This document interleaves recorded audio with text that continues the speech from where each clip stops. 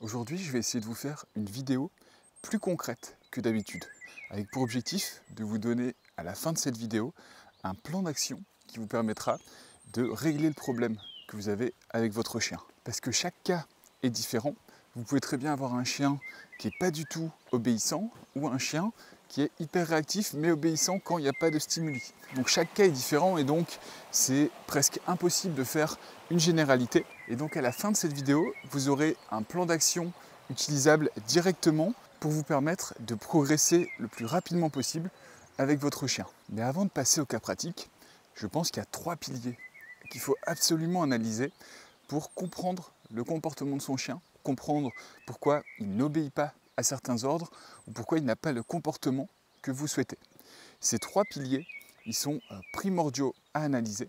Ils comportent l'humain, l'environnement et le chien.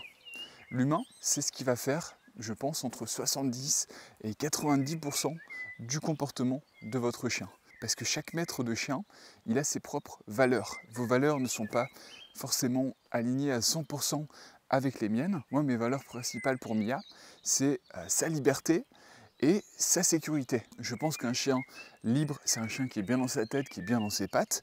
Et peut-être que vous mettrez beaucoup plus en avant la sécurité que la liberté. Peut-être que votre style d'éducation n'est pas le même que moi. Et tout ça, ça aura un impact sur la vie de notre chien. Si on prend le même chien et qu'on le met à 2 maîtres différents, avec des systèmes de valeurs différents, bien entendu que au bout de quelques semaines, on va commencer à avoir des différences sur le comportement de nos chiens. Au bout de quelques mois, ce sera des grandes différences. Et peut-être qu'un an plus tard, le chien, ce sera plus du tout le même. Et ça, c'est important de faire son auto-analyse. Est-ce que, par exemple, je suis un grand sportif et du coup, mon chien, il va faire du sport tous les jours, il va se dépenser tous les jours? Ou est-ce que je suis simplement quelqu'un qui préfère aller boire le petit café tous les matins avec son chien en terrasse, mais qui ne va pas faire énormément de sport avec lui? Donc ça, c'est le premier pilier qui pour moi est le plus important. Au lieu de se concentrer sur le chien, d'abord concentrons-nous sur le maître, sur nous.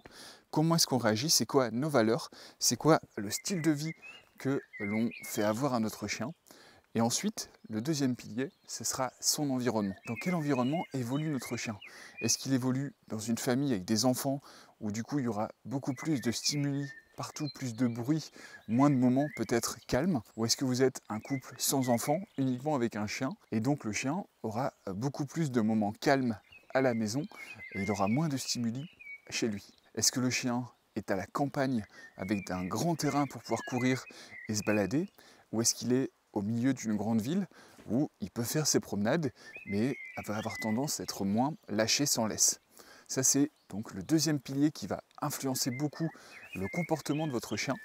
Et le troisième pilier, c'est le chien lui-même. Pour le chien, ça va être sa race, ça va être son âge, ça va être son vécu, quel bagage il a. Est-ce que votre chien, il a été adopté à la SPA et du coup il a eu un début de vie assez difficile et on ne lui a pas donné tous les éléments pour bien se construire? Ou est-ce qu'il a été élevé dans un bon élevage et donc il n'a pas un bagage trop lourd derrière lui? Donc ça, c'est vraiment les 3 piliers à analyser. Une fois qu'on fait ça, on peut passer à un plan d'attaque pour aider son chien à améliorer son comportement. Et donc le premier point qu'on va voir, c'est quels sont les éléments qu'on veut améliorer chez notre chien. Est-ce que ça va être son niveau d'obéissance aux commandes, sa réactivité, le fait qu'il aboie trop lorsqu'il y a des chiens qui passent? Est-ce qu'il détruit les choses à la maison? Voilà, on va définir quels sont les points qu'on veut améliorer. Essayez d'abord de vous fixer des priorités. C'est quoi le point principal que vous voulez améliorer? L'idée des plans d'action, c'est de se concentrer sur 1 ou 2 problématiques. Et ensuite, une fois que cette problématique est réglée, on continue vers la suite. Une fois qu'on a fait ça, vous allez passer une partie analyse où il faudra essayer d'être le plus objectif possible avec vous-même. Dans cette analyse, vous allez commencer par analyser vos propres comportements. Quelles sont vos valeurs? Quelle méthode d'éducation vous mettez en avant? Est-ce que vous êtes quelqu'un qui considère que la sécurité est plus importante que la liberté? Voilà, mettez en place une analyse qui est le plus objective possible. Ensuite, vous allez analyser l'environnement dans lequel évolue votre chien. Et ensuite, évidemment, vous allez analyser votre chien, d'où il part, quel est son bagage, qu'est-ce qu'il a vécu dans le passé et où il en est aujourd'hui. Je pense que vous pouvez être le plus détaillé possible parce que ça vous servira dans vos prochains plan d'entraînement pour votre chien. Et en plus, ça vous permettra d'analyser votre évolution et l'évolution de votre chien. En 13e point, vous allez vous fixer un plan d'action. Quel est mon objectif? Qu'est-ce que je veux améliorer? C'est quoi ma priorité pour les prochaines semaines? Et pour atteindre cet objectif, qu'est-ce que je vais changer sur mon comportement, sur l'environnement de mon chien? Essayer de fixer un objectif qui n'est pas infaisable ou trop ambitieux tout de suite. L'éducation de notre chien, elle doit aller étape par étape. En 4e point, chaque semaine, essayez de vous noter l'évolution de votre chien. Où il en est, qu'est-ce qui a marché, qu'est-ce qui n'a pas marché. Ça, c'est ce qui vous permettra à la fin de chaque mois de faire une vraie analyse de qu'est-ce qui a fonctionné, qu'est-ce qui n'a pas fonctionné, qu'est-ce que je voudrais améliorer. Essayez de mesurer au mieux les progressions et d'être le plus détaillé possible. Si ça a fonctionné, on continue dans ce sens-là.